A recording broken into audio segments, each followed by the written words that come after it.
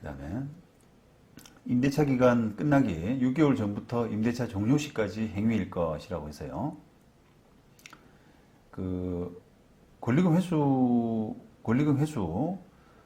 기회를 그 요 기간 안에만 이제 허용한다는 겁니다. 법은. 그 물론 뭐 협의가 된다, 임대인하고 협의가 된다면은 그 기간 아닌 기간에도 다른 임차인 소개가 가능하죠.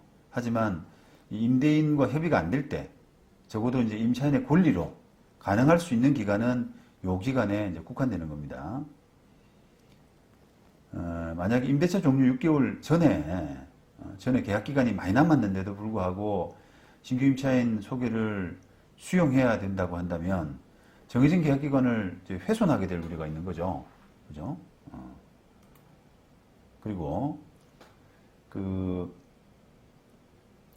반대로 임대차 기간이 끝나고 나서 신규 임차인을 소개할 수 있다라고 한다면 그것도 또 임대인한테 또 어떤 불이타, 예를 들어서 자 계약이 끝났구나라고 생각하고 건물을 뭐 직접 사용하거나 또는 임대인이 다른 임차인을 구하거나 이런 그 임대인의 기대가 생길 수가 있잖아요. 그런데 계약기간이 끝나고 나서도 다른 사람을 내가 데리고 들어올게, 소개할게, 받아줘 이렇게 할 수 있는 권리가 있다 그러면은 그거는 조금 지나치다는 겁니다.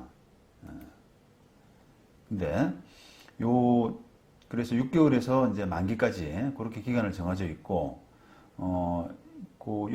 이제 기간은 2018년 10월 법 개정 이전에는 3개월이었어요. 그러니까 예전에는 3개월에서 만기까지 이렇게 해서 딱 3개월만 주어졌는데 그렇게 하면 너무 짧다라고 하는 그런 이제 그 요구가 있어서 그걸 3개월 더 연장해서 6개월로 그렇게 한 겁니다.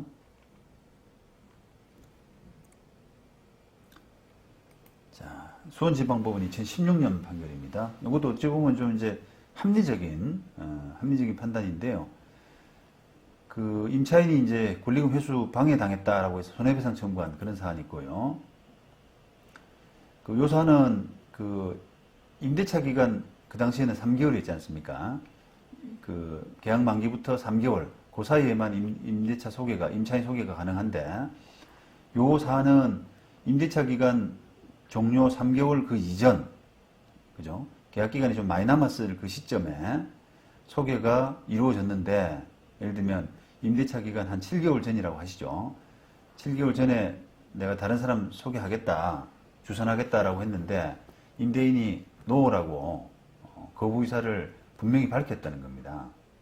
자, 그렇다면 이러한 임대인의 태도는 임대차 계약의 체결 종료 시 무렵까지도 지속된 것으로 해석을 해서 방해행위를 인정을 한 그런 케이스죠.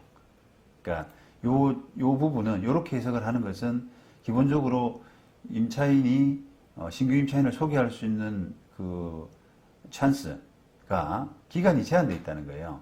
그래서 만약에 그 전에 소개했는데 임대인이 아직 기간 남았으니까 지금은 이야기하지 맙시다, 그냥 그렇게 했다 그러면 방해행위는 아니죠. 그죠? 근데 이 사건은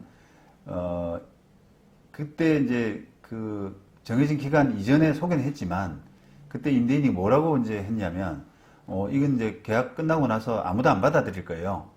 누구 데리고 와도 안 받아들일 테니까 그냥 헛수고하지 말라고 이런 식으로 이제 거부 의사를 명백히 한 그런 케이스입니다.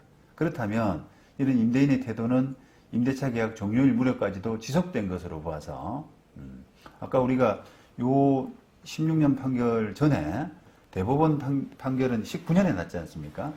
근데 이제 대법원은 그 기간 임대인이 그 안 받겠다라고 하는 거절 의사를 명백히 표시하면은 더 이상 그 신규 임차인 소개할 필요도 없다.